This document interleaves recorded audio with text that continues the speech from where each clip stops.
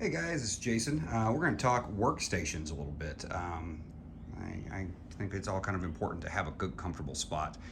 So, when we first moved in the house, I had thought about putting my workstation in here, but I decided that I was sort of encroaching with too much stuff on the middle of the living room. So I moved all my stuff back into an office, and then I got a work from home job, and I found that I was hanging out all day in the office, and then trying to do art in there felt stifling. I felt like I just couldn't find the motivation in there. So I talked to my wife and we moved everything out to the living room. And I got to tell you, I've sort of flourished out here. There's just way more natural light. Um, and it's just a much more open space. I won't go around the room because it's a bit of a mess at the moment. I'm rearranging some things. But all right, so let's talk. Drafting table. It looks nice. This is actually something, it was not designed for art. I think I got this at like a world market because it looked sort of antique-y. And I got to tell you, it's okay. I don't hate it. It works pretty well. Some of the Allen wrench bolts that hold it together kind of stripping a little, so I have to tighten them down pretty often, and it gets wobbly. Might have to replace that eventually, but old and very dusty makeup case that belonged to my ex-wife that I use to store art supplies that I don't use in it. You'll notice that weight down there is not necessarily about my health. It is about making sure my table doesn't wobble. And we have this table over here, and we'll go over these tools a little more individually. Back here are things that I don't use as often, or are backups of things, pencils, some jelly roll pens that I honestly just don't care for very much. This is the little hangy dry thing that I use to dry my brushes after I clean them. I use this Masters brush cleaner. They also have a great hand soap for this. This is in essence, you can see it's been used quite a bit, but in essence, it's a conditioner soap, like a really mild conditioner soap. Smells like soap. Smells a little like oranges, or maybe floral. I don't know. I'm not really good with that kind of stuff. See, and then this one here is a lot of older brushes, backup brushes, some old miniature brushes I don't really use. Yeah, just a few different, cheap brushes that I use for fill-ins. A couple old toothbrushes I don't really use anymore. A pair of tweezers that I actually use for when I have to like lay down a patch and I need to make sure that it glues down in just the right spot. That doesn't happen often, but is something I need to use. All right, so let's talk the rest of the station real quick, and we'll come back to the rest of these tools. All right, so something I keep around very often, I am practicing my inks on something that has already been done. So what I like to do is get my stuff out, study the previous inks, look at them real hard, put it away. Then get out the actual pencils, sit and study them real hard, decide how I want to do things, and then I approach it just on my own and how I do things. I'll sometimes look back and go, man, I'm struggling with this piece. How did the original inker handle it? And that has taught me a lot. That's been great. But in general, I like to kind of approach things with how I would make my own decisions. Nonetheless, when you need your reference out, or if you have, say, the original penciled pages and you start inking over them, having a photocopy out and something sitting by so you can look at that is great. So I use this little decorative easel. I think I got it a dollar store or maybe a thrift store or something. A chip bag clip to hold my book open or my paper in place, depending on what I'm doing. And then that's there. I have two behemoths here. It was a combo large format scanner and printer. The printer went out, but the scanner still works just fine. So I use it for scanning my large pages, cleaning those up in Photoshop or Clip Studio. This is a smaller but very functional large format printer that I use for printing out my blue lines. My old iPad workstation, which I still use from time to time, but I honestly have moved up to something a little bit, I don't know, more high-end, but definitely a little larger in scale so I can work on better projects or bigger projects. That would be this guy right here, which is a Huion Canvas 22 Plus. It is an HD screen. I kind of wish I had gone with the 2.5K or 4K, but budget, working that with one of the slim pins and the Huion mini key dial controller thing that works via USB. I'm working on that on a Mac Mini. All right.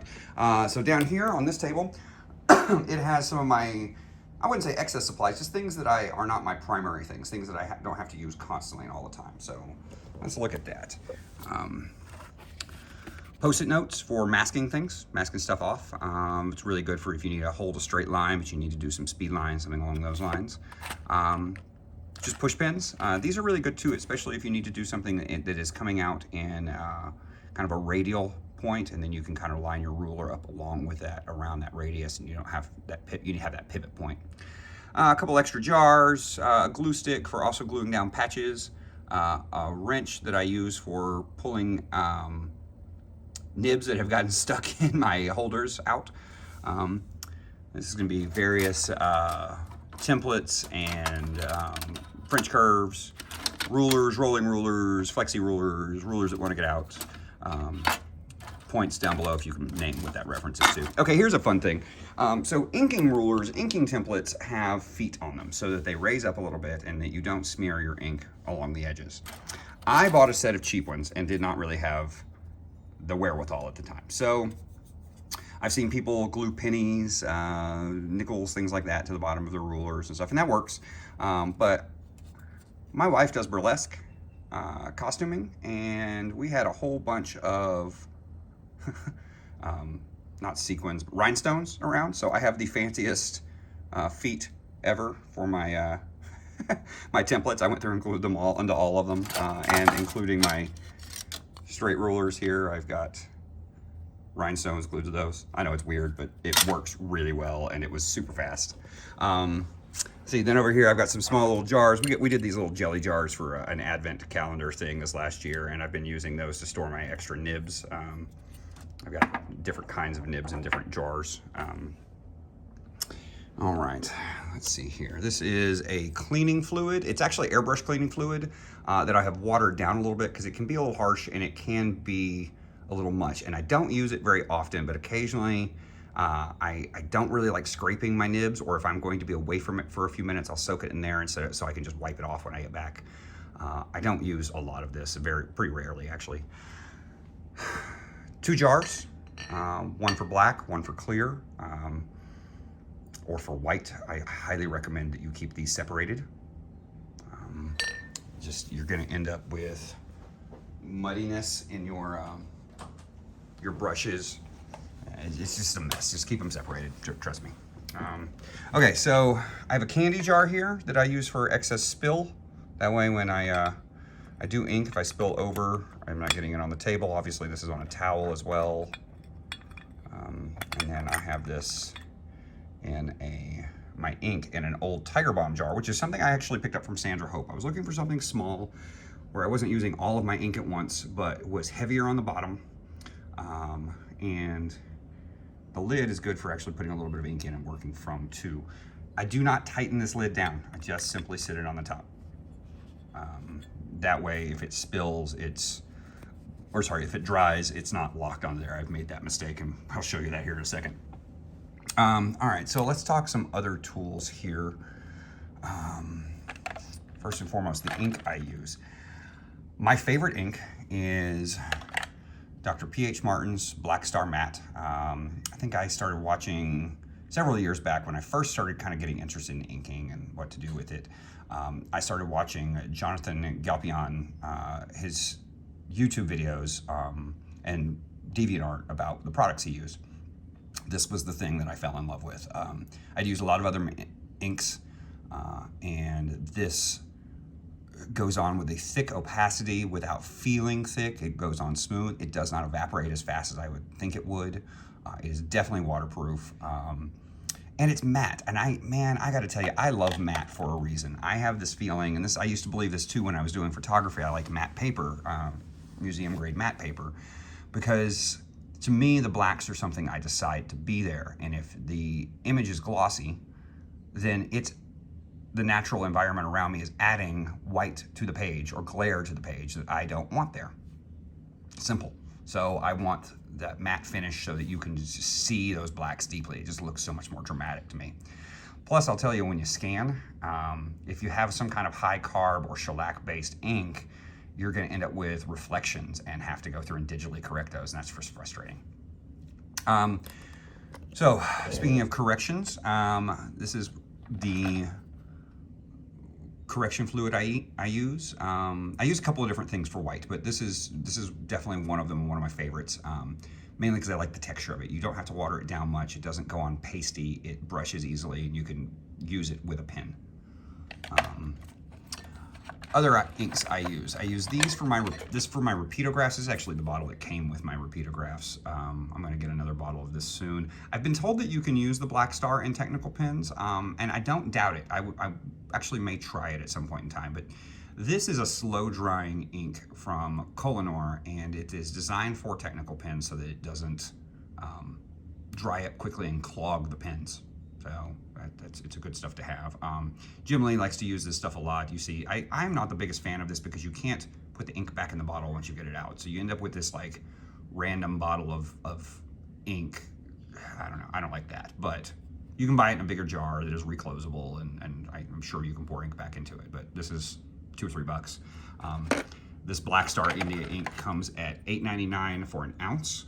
I will recommend that if you go to the Dr. P.H. Martin's website and go under, I think it's other products, they have there's no photograph of it, but they have an 8-ounce bottle of this for like $39.99 plus shipping. And that ends up being like $45, which is still almost half price if you bought 8 ounces of these bottles. And you don't have a bunch of extra bottles that you have laying around. So I kind of hate that because those feel wasteful to me, and I don't really have a lot of uses for extra ink bottles. So I buy the 8-ounce. I fill these up occasionally so I can use the dropper, and then I use that to fill my little guy here. This I also think is about $8 or $9, and you can also buy an 8-ounce of this on that same spot. There is no photograph of it, but right around, this is a little more expensive. I think it's about $50, but still, once you kind of weigh out the price in the long run, it's cheaper. Let's see, this little jar I use for laying over here for white inks. I will sometimes mix my white inks with a little bit of water, or even I like this Daler Rowney FW acrylic. I use it kind of like water to thin out because it's a much thinner ink to thin out my my pen white, and that way I still have the opacity to it. I don't lose any of that color, but it is a little thinner. Old credit card or a gift card for splatter effects. We'll talk about a video on that at some point in time. These are just random pieces of erasers and extra felt nibs for my Huion over there. A couple of little wrenches for my repeatographs. Jars of extra ink. Sponges. I keep one sponge for white, one sponge for black. I just buy the cheap ones at the grocery store. They make artist ones, but to be honest, I don't really notice a huge difference, and you can cut textures into these and they don't cost much. Dr. P.H. Martin's, I'm a big fan of this company. Dr. P.H. Martin's bleed proof white. It is, it's a much thicker paste. I don't really use that much, but it has come in handy on occasion. All right, so that's everything on that bottom rack here. Okay, let's talk here. Okay, so black Copic, again, I don't use that much. Copic multi-liner standard set. These are actually about dead. I'm gonna have to get a new set here pretty soon. Every couple of months, those just start drying out. They do last longer, a little bit longer than the classic kind of beige brown microns. This brand, I don't know what the brand is, but yeah, the Pigma, they last longer than those, but I don't really think they last that long. I've thought about doing the refillable ones. I just haven't made the investment yet. Go around that same area here. Okay, red Sharpie. This is for, I'm inking something, it's starting to get a little confusing, or maybe I'm looking at my my original pencils on my photocopy that I'm using as reference, and I circle some things that I want to make sure I pay attention to or I notice that are there, because it can get a little confusing. Also, sometimes when I am done inking a page that is just for me to learn something, I will go back through and circle the mistakes. I have even printed out digital pages so that I can get a larger look at them and kind of go over them, and then circle things that I want to correct, and then go back in and digitally correct those. So basically, it's like a teacher correcting pen. This is a plastic tipped, it's called a signature pen. It's by Pentel. I got this at an art store years ago for a few bucks. It will offer a little line weight. It reminds me of the other pens that I'm about to show you. I don't know if you can see that. And it's kind of nice and juicy. I like that. But it doesn't offer a thin line very well. So, don't use it often, but it's something I kind of found, thought it was nice. Other pens that I do use a lot, these. See, I've got it upside down, sorry about that. So, Tombow Fudendo, I don't know, man. Somebody help me out with that. They come with two. There's actually, you can buy a 3-pack as well. The 2-pack comes with a blue one. I don't know if you can tell that color there. A blue one that is kind of a hard tip.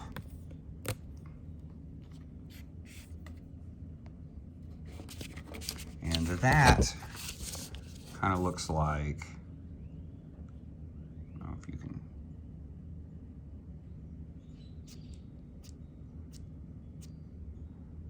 these are really nice. They're a good product. You can't get that hard, I don't know if you can see it, it's hard to get that real crisp, hard line on the edge.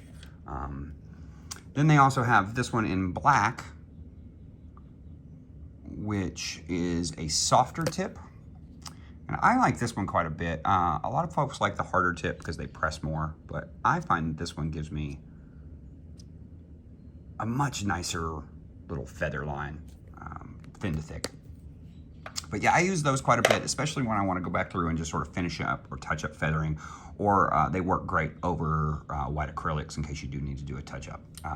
But they are harder to get a little bit of a sharp line on, so I don't always use them, but they're a great pen. Got a couple of Pigma brush pens. I actually don't even know why I have those out. I don't really use them.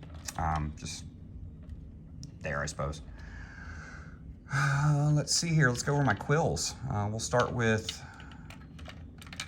the smaller guys. Okay, so this is a 102 Classic Hunt 102. It looks like it's got a little drop of ink on there that I didn't get cleaned off. Sorry, I gotta scrape that.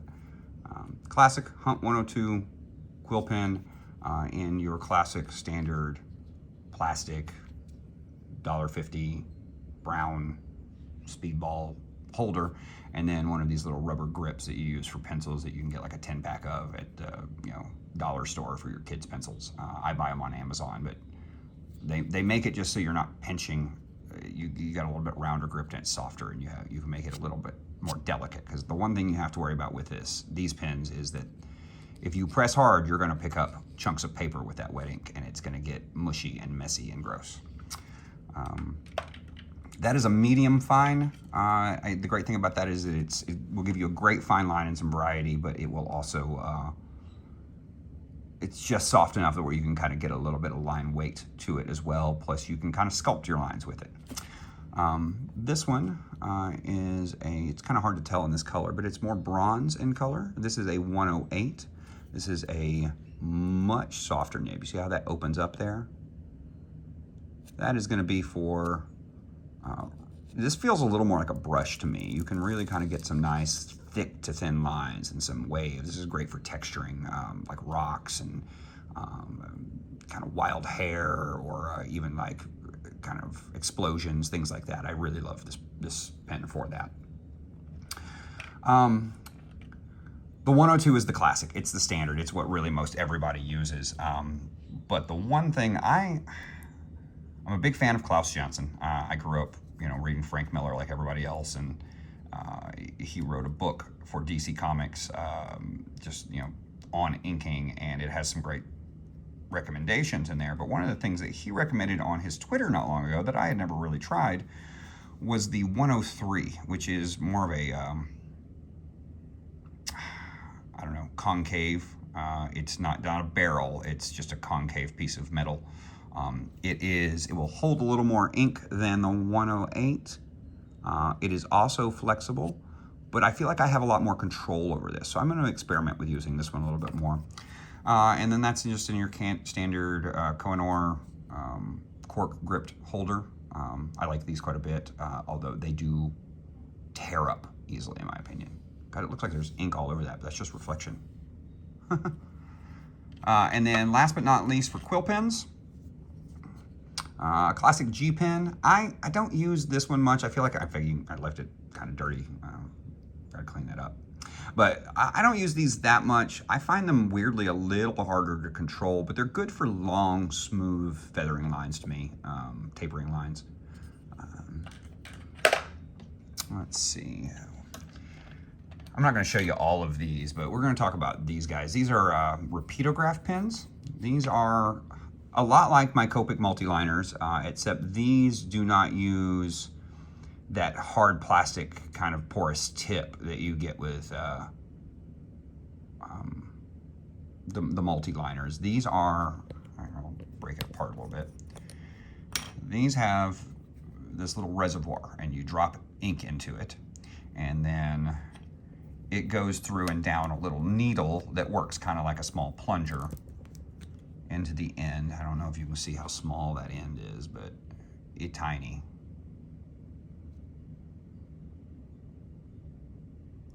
Anyways, so those have this tiny little plunger in them, and you can get this really smooth, flowy, fine lines. These are a technical pen. They were kind of designed for like architecture, stuff like that. They make different colored inks for them, but primarily I just use black in them. They're refillable, they're cleanable, they're expensive. These are like 20 bucks a pop, and you can buy replacements for the tips in case you bend them, which is entirely possible because they are these tiny, tiny little thread-like pieces of metal. But if you can keep these maintained, they work really well and they lay down great lines. Absolutely great lines. They come in 2 different sets. I think some of the 2 different sets have some repeating ones, but for the most part, it's just about the finer marker, the finer line ones. Let's see here. I have 2 of these. I have a medium one and I have a thin line one, and this is just sort of a portable nylon brush, India ink brush.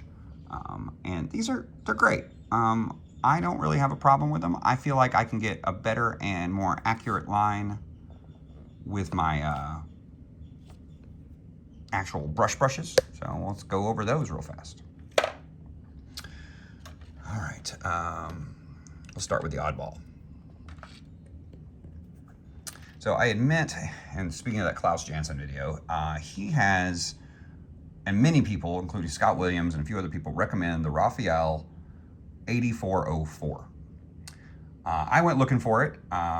Couldn't find it on Amazon, and I thought I had found it, and I ordered a Raphael #2, what I thought was an 8404, but what I got was actually an 8402. And it is not as wide of a barrel, so it doesn't hold quite as much ink. But I did these little lines with it last night. Like, I can get some really straight, sharp lines with it. Let's see what other lines I did. I don't know if I have any of them on here because I was just messing around. I think that is also with this brush. So, I got some fun things there. This is a #2. Doesn't hold as much ink, but it will hold a razor sharp needle-like point, which I love. Pretty new, haven't been using it very long. I've mostly been using the classics. Speaking of which, we'll go ahead and talk about that now. I have this guy, which is a Winsor Newton Series 7, #3. The 3 is nice because this one holds a great point. It needs to be cleaned a little bit. I try and take care of my brushes, but occasionally you'll get stuff up in the furrows and it needs to be shampooed some. So yeah, #3, Series 7, Winsor Newton. It holds more ink, so it'll get wetter and you can do kind of a broader. These are great for feathered lines, man. I can get some really nice, sharp, thin to thicks with these. I'm learning on the control. It's getting better. I'm getting more confident. I think that's really what it is that my lines feel a little wobbly because I don't feel confident in laying them down for where I'm going to get them from end to begin. But I'm getting there. I'm working on that. It's getting a lot better. This is an outstanding brush. It's one of my favorites. Both of those brushes are a little big, and if you want to do some more fine control kind of stuff, you can either go to your quill, or sometimes another thing that I got from Jonathan Galpion is these. This is also a Winsor Newton Series 7, but this is the detail brush in a number 2, and these are great for little details on hands, little details around eyes, faces, that kind of thing. If you've got a character that's about, you know, the 3/4 of the size of a full, I don't know, hard to explain, a little further away, and you don't need as high-end detail on what they're doing, on their hair or things like that. This is sort of perfect for that, and this is honestly perfect for going in and adding a little bits of just detail. You can see this brush has some other colors on it. I've used this for lots of things, including watercolor and some colored ink wash paintings that I've done. But yeah, miniature, I love that. And then let's talk whiteouts. So brushes, I keep another, I have a second number 3 that's a little older, but I keep this one just around for whites. That's all it's used for, is just whites for filling in. And I have another little detail brush. Where is it? A number 1 fine detail brush that I also use for whites for really small pickups. But yeah, I like to use smaller brushes for whites very often because it's so thick that I really need to be very accurate, and sometimes even just add in tiny little spots at a time until I get where I want to be with it. White's tricky. All right, and then let's talk about other whiteouts. Okay, so things that I like to use. We talked about the pen white and we talked about the pro white. Let's talk correction pens. These guys, the Uni Posca white acrylic paint pens. I use the smallest one, fine line one. These are actually about dead. They've seen their day, and I'm gonna have to get some new ones soon. But these are great. They will lay down pretty evenly.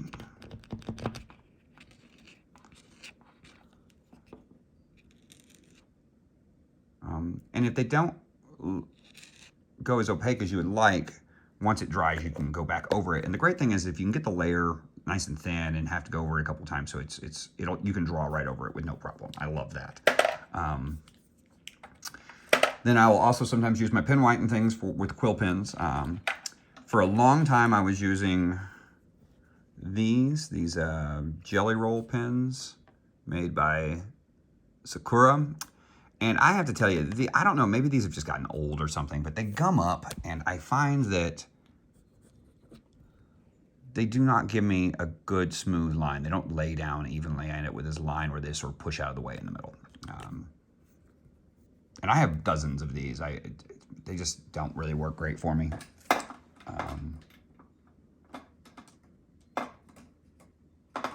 What I do like, though, and what I started using recently, and I saw these on Walden Wong using these, I really like these, is the Uniball Signo. These are broad. I don't know if they make a fine line one, but I'd be willing to try it. And I also heard that Posca makes one that is like a super fine line, almost like a Sharpie point, and I'd be willing to try that too. But these work really well and lay down a nice, thick, wet white line that you can actually use to cut into things, and I like it quite a bit. So yeah, those are most of what I use as far as tools. Oh, paper. I did not talk about paper. I like to use Strathmore 200 pre-ruled Bristol board. Let's see if I can grab that here real fast.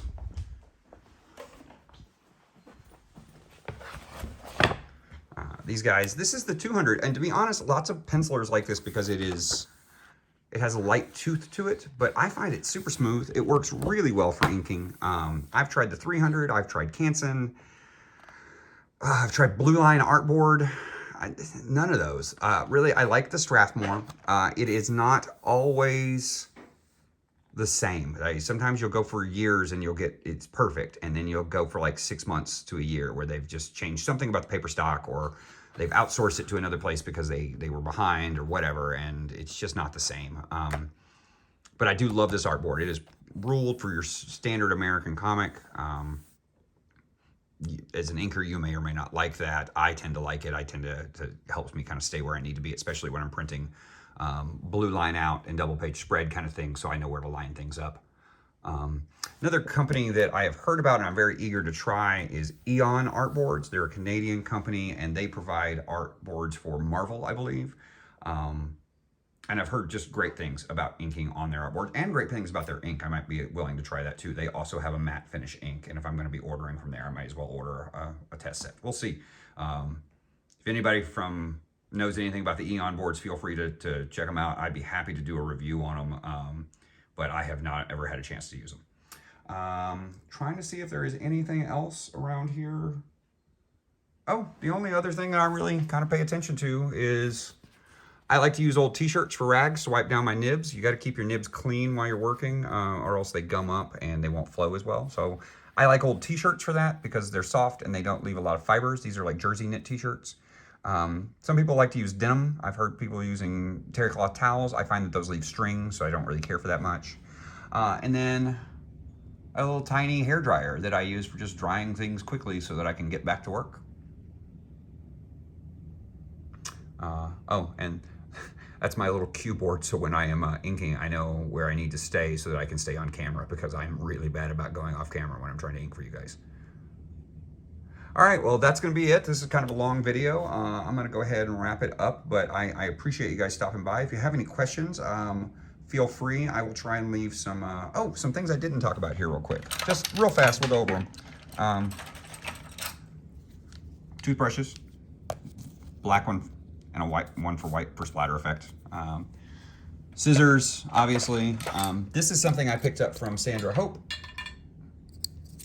Plastic spoons. I haven't started using these yet, but the premise is basically when you are trying to ink something up close and you are struggling with getting your paint to the right texture or whatever, and you get it just right, you can put it in your little spoon here.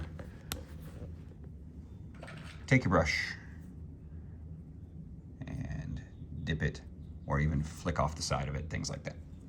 So I'm gonna try that out, never use that. Mostly I just dip from my well, but I do see the value of being able to hold it real close in my hand while I am working on small things.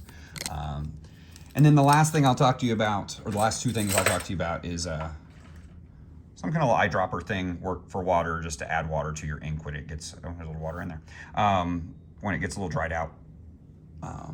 And then last but not least, when you got a lot of big blacks to fill in and you don't want to waste your expensive ink, this works pretty well. It matches the universal ink pretty well. Does not match my matte black ink as well, but I have used it in a pinch to fill in large blacks. It's basically a felt tip brush pen, but it has India ink in it instead of just like that Sharpie style, like alcohol-based ink, and it dries real well, and it goes on real dark, and you can definitely layer it. But yep, that's it. That's all I got. Honestly, this is several years of collecting stuff from when I was doing watercolors and some pages back with some friends a few years ago. So some of it have gone through, some of it I've gotten rid of, some of it I don't use anymore, some of it I use a lot. So really, your primary tools are just going to be those brushes, quill pens, and probably some form of multi-liner or repeatograph. And then the whiteouts, you're going to need some kind of whiteout. But other than that, man, try what you like. Like I said, most people use the 102. I'm going to try the 103 because one of my favorite inkers recommends it, and I feel like it could be a good fit for me. Yeah, it's art. Play with it. Make sure to make it your own. You guys have a great day.